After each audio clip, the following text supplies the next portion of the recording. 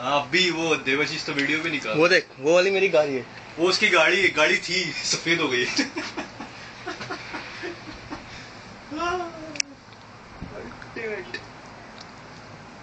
हाँ मैं अभी बेसन है, अभी चढ़ाते हैं फिर शाम में। और चल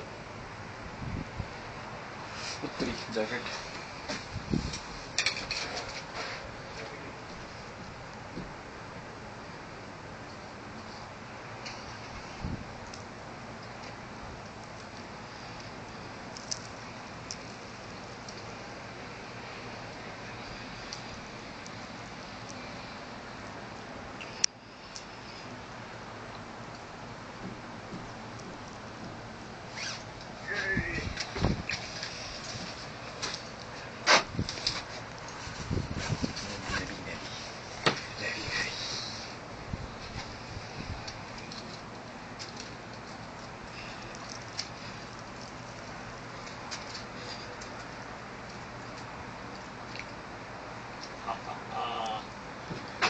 बर्फ ही बर्फ, सब जगह बर्फ, सफेदी की चमकार।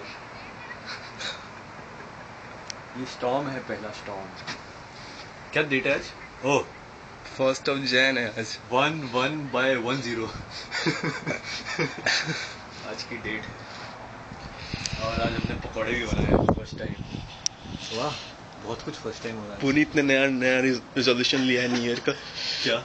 नया चीज ट्राई करने का। ये ठंड में कांपता हुआ इंसान फिर भी खड़ा है बाहर। डेडिकेशन। और ठंड में नहीं कांपता हुआ इंसान।